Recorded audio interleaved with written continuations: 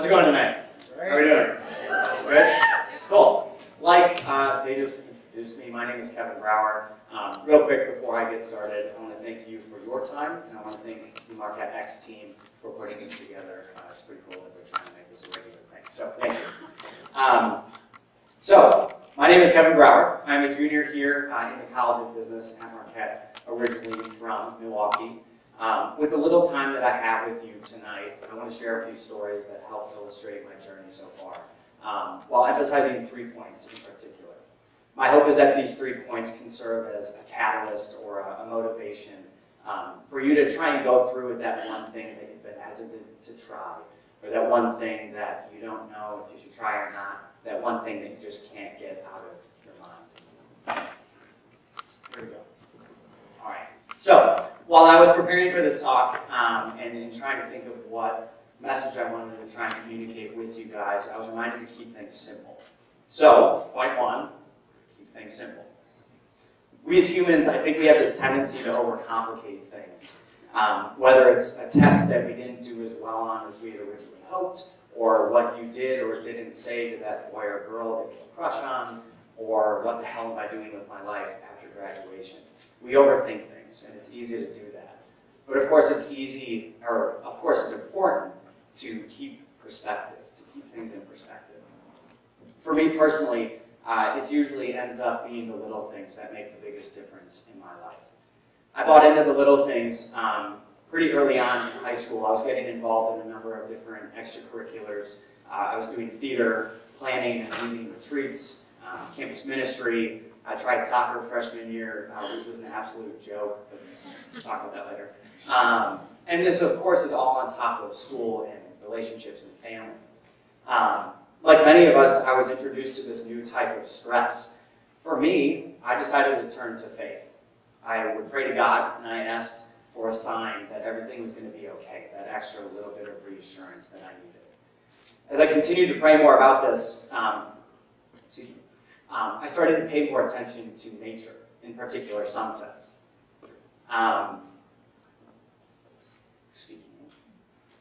Something so simple as a sunset, something so easy to overlook, ended up playing such a big part in my personal and faith life, and not only that, but my bigger outlook on life. I think these little things that I'm talking about right now can end up playing such a big part, but I think they're so easy to not think twice about. We overlook them. We get a little idea, but we find the quickest way to shoot it down because it doesn't make sense. It's not practical for us to try as students, whatever it may be. But again, the sunset ended up playing such a big part in my life. So my challenge to you guys, as I challenge myself every day, is to not shoot down those little things as quickly as we may have a tendency to do. My challenge is to revisit those little ideas that you may have. Which brings me to my second point. Take a risk, follow an instinct, and trust yourself without having any idea of what might happen or what might come from it. I've always been someone who enjoys throwing myself into projects, trying new things, failing, learning from that, trying again, creating something from nothing. This goes back to when I was about 3 years old, when I was up to a few things when I was little, but I found a broom in our front hall closet at my old house, and I used that to pop the lock on the front door of the house so that I could proceed and exit the house and cross the street so I could go watch construction happen at my grade school across the street. So in 2009, when I was 11 years old, I asked my parents if I could start a YouTube channel. I had this big passion for the outdoors. I was really into reading books and watching videos on different survival techniques and building shelters and fires and knives and all of this. So I asked my parents, can I make a YouTube channel? And they, maybe understandably so, said no. This quick answer, no. So naturally, my response. Hello. Today I'm going to be making a video on my fire starters, and I'm going to make another video about my 2 main knives that I use while I'm outdoors. Okay.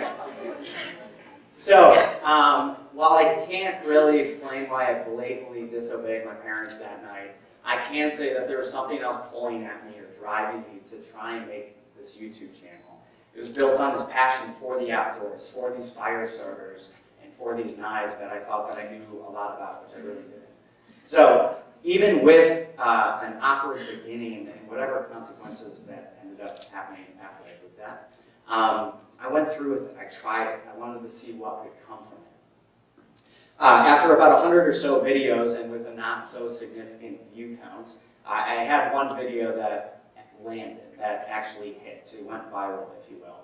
My first tutorial on how to make a paracord bracelet quickly grew to several 100,000 views, and eventually landed myself in partnership with YouTube, which is owned by Google.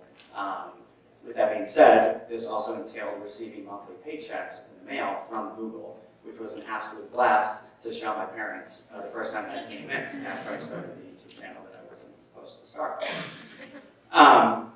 Moving on from this, my YouTube channel right now, after about 100 or so more videos after that, of lifestyle videos or vlogs, if any of you watch vlogs on YouTube. And so I have 200 however many videos, and my current view count is about just under 5.5 million views with just under 17,000 subscribers. And of course, my question in all of this is, what would have happened if I obeyed my parents that night? It's a valid question, I think. And the answer is nothing. Nothing would have come from it. It was built on this passion, and none of this would have happened if I just said, okay, I'm sorry, Mom, Dad, I see you out there. Thank you for coming. So I went with it. As I was saying before about overthinking and overcomplicating, I didn't overthink this. I went with it, and I tried it. Fast forward to my senior year of high school, my family and I were getting rid of a bunch of clothes that we were going to go donate to Goodwill. So I came downstairs, and I have this distinct image in my head of me coming down the stairs, and I was about to go into the family room, and I looked through the doors of the office, and there are the pile of clothes, and one of my old button-down shirts was sitting on top of this pile.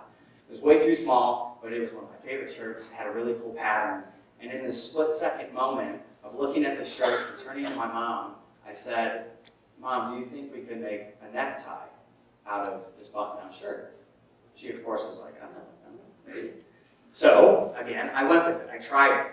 I convinced my two best friends and my girlfriend at the time to help make these ties. We had this assembly line going on in my parents' basement, and Up Ties was born.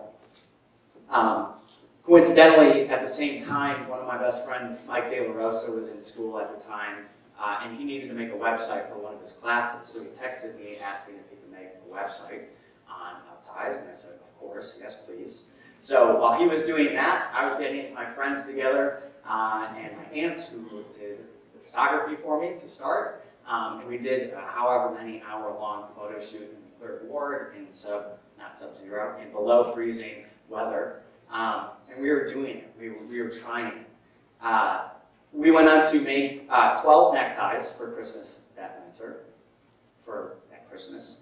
And we would go on to sell out and hand deliver all 12 of those ties that Christmas. I eventually would go on to officially launch Up Ties 3 months later in March of 2015. And I hired out a seamstress to take care of the production because I was not anxious to become the best seamstress or seamster. But I continued to act on this. So I eventually ended up putting Up Ties on hold in this past spring. But I'm confident right now that I wouldn't be where I'm at today if I hadn't put myself out there with Up Ties, if I hadn't followed through with this gut feeling that I could take the material from upcycled shirts and turn them into neckties and bow ties and then eventually sell them. Sorry. This is just a couple pictures. That's kind of the assembly line that we had going on in the basement. We would go on and sell all 12 of those ties. And this is after I officially launched the company. So now, the week before finals of my freshman year, a good family friend of ours, Suhail Badran, sent me a text and said, Kevin, I have an idea. Let's talk. coming from him, who has had this very long and successful and honestly inspiring, not only career, but life journey, I was a bit taken back. Why is he texting me about an idea that he has as a freshman in college? What does he want? So I responded, I said, Suhail, let me get through finals, and then we can chat. So I got through finals. Don't worry about the grades, I did all right. And then we met, and Suhail told me this idea that he had been working on. And he said, Kevin, it doesn't need to be a yes, but I know at some point I want to be working with you. And again, it was like, what? And he said, give it some time and think about it, and then get back to me with an answer. I got home and immediately picked up my phone and texted him yes. And he said, great, we'll talk soon. Now I'm the co-founder and part owner of Commodious, which is our athletic apparel company that we are currently building. This type of mindset has played a big part in different aspects of my life as well, outside of business. I recently decided to take a risk and try something new that I hadn't done in college before. And that was to audition for a year with Frog and Toad, which is a main stage musical here at Marquette. I did theater for 4 years in high school, and I did shows before that, so that wasn't new. But what was new about this is I'm in the College of Business, and I'm not a theater major, so there's a little interesting with that. I told myself coming in Marquette that if a show came along that I was interested in, and it made sense with my schedule, then I'd look into it. Really wasn't the case with this show.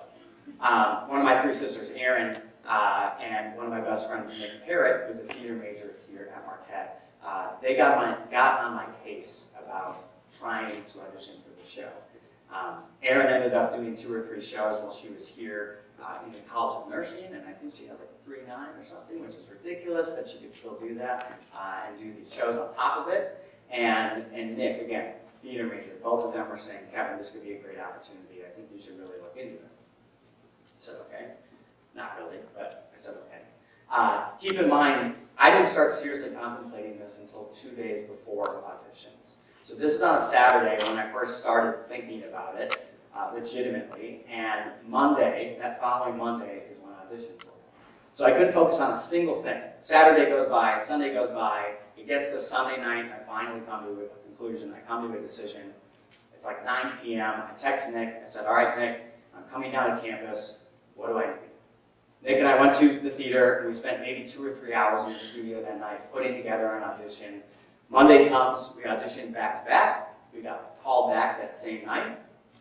That following Wednesday, excuse me, Nick and I found out that Nick was going to be Frog, and I was going to be Toad in A Year with Frog and Toad.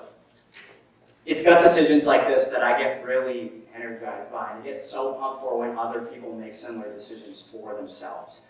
Of course, there's an associated risk with it, but the potential upside, the benefit that could come from auditioning for that musical that you don't know if you should do, but part of you really wants to do, or that upside of reaching out to that boy or girl you've been crushing on since freshman year, or deciding that as a freshman at Marquette, you're going to try out for the Marquette cheer team after doing theater for 4 years in high school.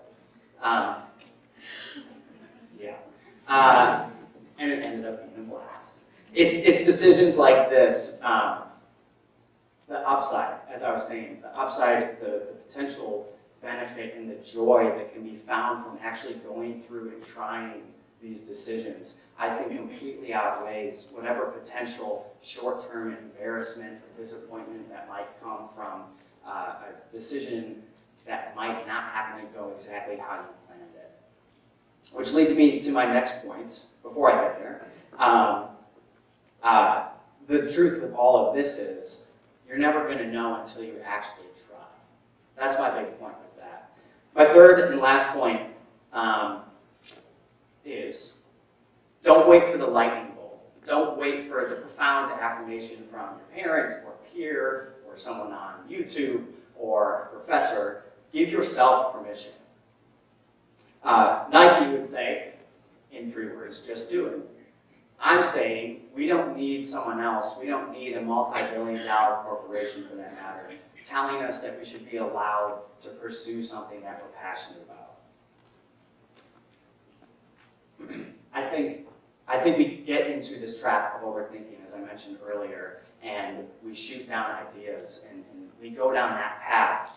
But if we don't decide for ourselves, if we don't physically and mentally and emotionally and spiritually make the choice, the decision that we are going to do for ourselves, then the only place that we're going to be at tomorrow is where we're at today.